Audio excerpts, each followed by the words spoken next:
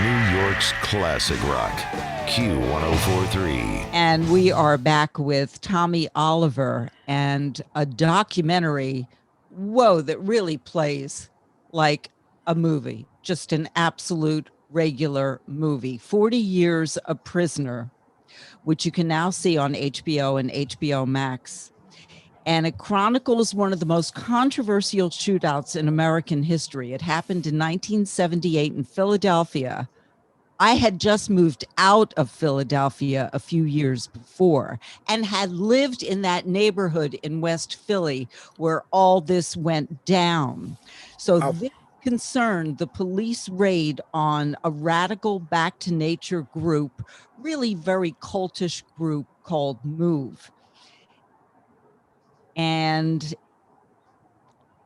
you follow, really, we hear from throughout the movie Mike Africa, who was born in prison because both parents were put in prison for the death of a police officer, which occurred during that raid in 1978. And all his life, he has been trying to piece together this story of what happened to his parents. He didn't meet his father till he was 4. And he has devoted his life to freeing his parents. My question to you, Tommy Oliver, this happened so long ago, and I was seeing it from the outside, even though I had been born and raised in Philadelphia.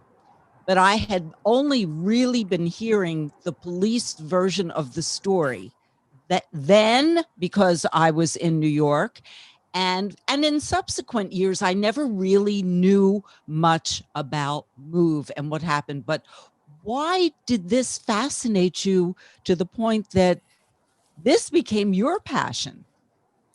So there were two things, and my way in was Mike, and I was interested in Move because there are a number of reasons, including the fact that the things they were fighting against some 40 years ago are things that we're still fighting against today, from police brutality, systemic racism, wrongful incarceration.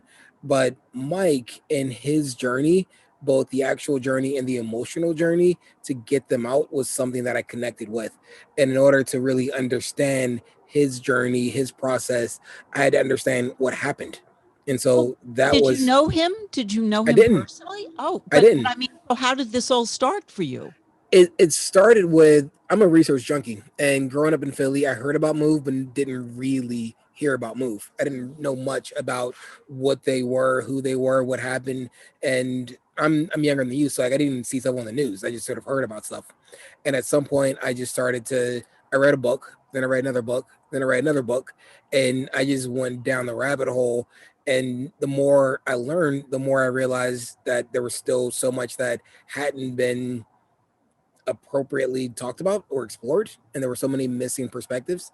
And I wound up having a buddy who worked for the mayor, my buddy Maxwell Brown, introduced me to Move. He made an intro to Ramona Africa, and we were meeting at a cafe in West Philly. And when I got there, she had brought along Mike Africa, and I was sort of like, "Wait, who's this guy?" I was like, "I was here to meet you." And Mike and I, we just got along very, very easily, very quickly, and he's a little bit older than me, but we grew up. We're 3.5 years apart, and we just got along very well. We both have 3 kids, 3 boys. He also has a daughter. We both dealt with a lot as kids and had a difficult upbringing, and we both sort of approached life with this positive outlook, and so we just got along. And the more he started talking and hearing that this person who went through as much as he went through didn't have a shred of bitterness about him or his approach, and he just wanted his family home. That to me was something that was just really compelling. And having already had an interest in Move, meeting this person who wanted his parents home, it just sort of naturally and organically grew from there. What I had never heard until your documentary, 40 Years a Prisoner, which you can now see on HBO and HBO Max, the story that always went down was that the police officer who died that day was killed by Move in the shootout. Mhm. And the police story was yes, the bullet came from Move. Your documentary completely upends that argument and that statement. Can you explain? So that happened 100 times over. The idea that so there are a couple of points in the film, but the way in which Move was represented in the 70s and in the 80s, but by the media, was so significantly different than who they actually were. And at that point there was no other way to get additional information. There was no other way, because you watch the news and you accepted at face value who they were or what you were presented, but that wasn't the case. If you look at the Commissioner O'Neill, where he talks about Delbert Africa, and this is up there at City Hall with the mayor on one side and the DA on the other side, and he says that he came out with a knife in one hand and a clip in the other. And this is the police commissioner who we are inclined to believe is a person of integrity, a person who is going to operate in the way that we would expect them to, which is to tell the truth and to be a good person. And that was completely inaccurate, which is what I showed. I showed Delbert out, hands up, no shirt on, nothing in his hands. But that was his justification for what happened to him. And so if you don't actually know what happens or happened and you just hear that, oh, okay, then he deserved it. If he had a knife in his Because hand, you're seeing on video, there was video much correct, way before George Floyd. There was correct. video of him being stomped on by the police. But the problem was they didn't know that existed at that point. And so that's the difference. When it's them saying it, the idea of cops basically test the line or creating a version of truth that most people were inclined to believe the police, we're inclined to believe our elected officials. And so if this is what they're saying happened, then we believe it. Wait a But that minute. So wasn't what happened. when did that video surface? It didn't surface until, so it wound up going to the DA later that day. And then it surfaced and it picked up steam the following day. But that press conference was a couple of hours after it all happened. And so it hadn't made its way around yet. And so, but again, that's the difference where in the absence of that video, oh, he had a knife, he had a clip, and that is the truth. That is what is going to be, that's the narrative. And when that's the narrative, whatever happened to him is justified.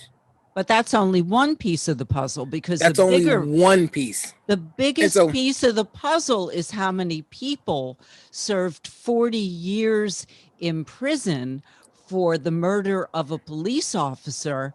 And then there's the issue of whose bullet killed correct. that police officer. And so let's look at what we just talked about, the idea of the difference between what actually happened and what the police said happened.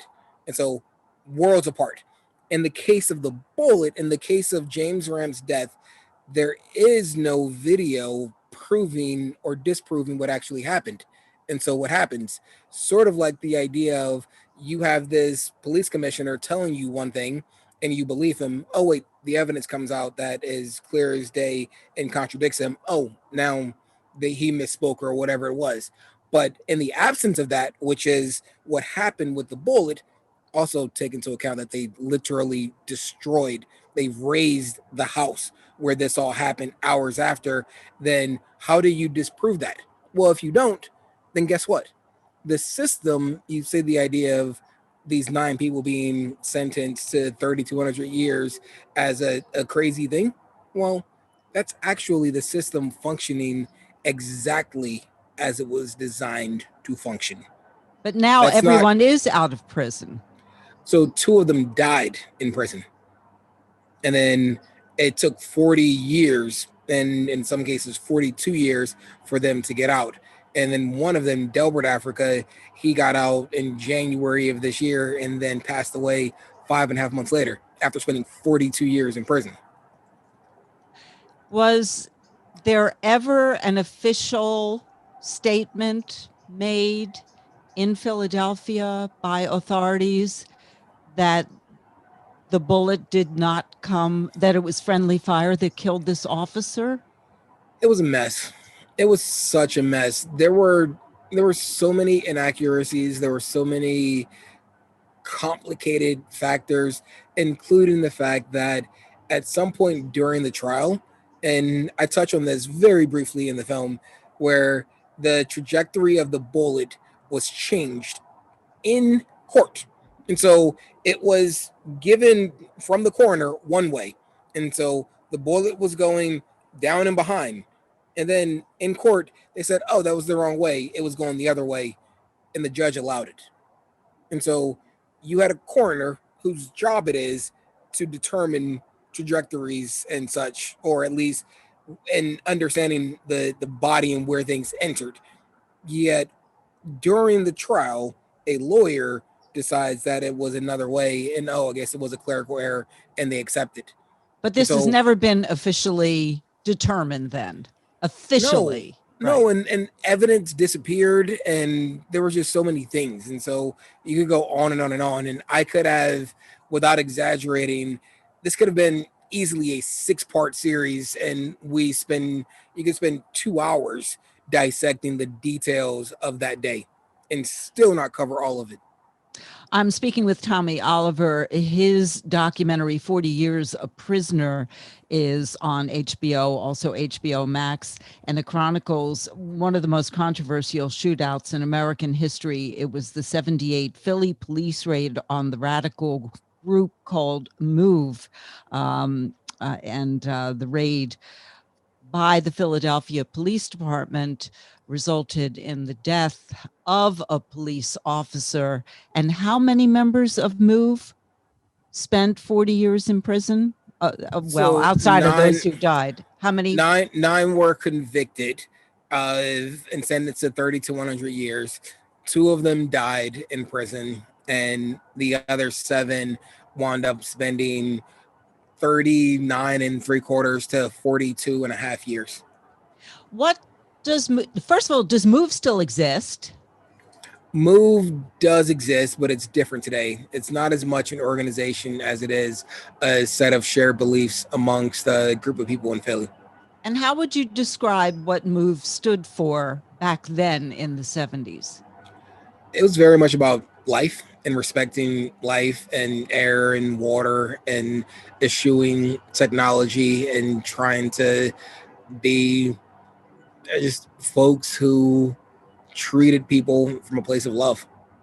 And it turned into something different as a result of a ton of run-ins with Rizzo and the city of police, the Philadelphia Police Department. Now, the mayor of the city at the time was Mayor Frank Rizzo, who had Mm-hmm. been the police commissioner in New York, in Philadelphia when I was Mm-hmm. there, and when I Mm-hmm. was an activist, he was the police commissioner, Mm-hmm. and subsequently became the mayor. Mm-hmm. What is your hope? What are your hopes about 40 Years a Prisoner? What would you like to result from this documentary? I think that it's a bit of a cautionary tale. And there's so many people who have no idea, people in Philly who have no idea about any of this. And when we forget what we did, when we forget our history, we're often doomed to repeat it.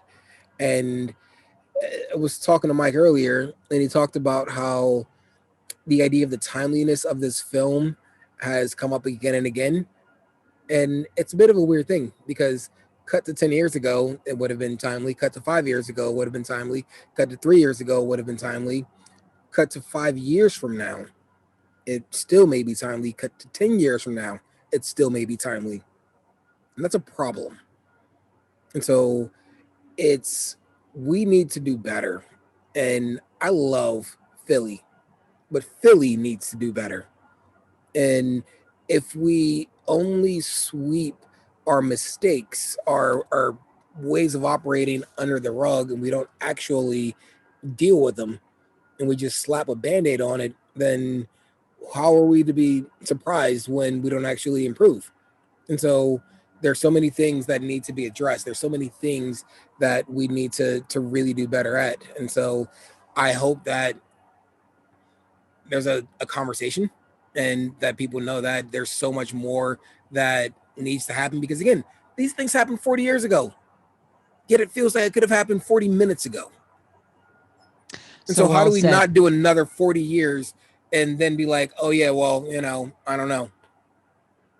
Thank you, Tommy Oliver. 40 Years a Prisoner on HBO Max. If you missed any part of this interview, you can catch up with my podcast, Sunstein Sessions. Download the iHeartRadio app. It is free. And I'll see you guys tomorrow morning on the Jim Kerr Rock and Roll Morning Show, Q104.3. New York's classic rock, Q1043.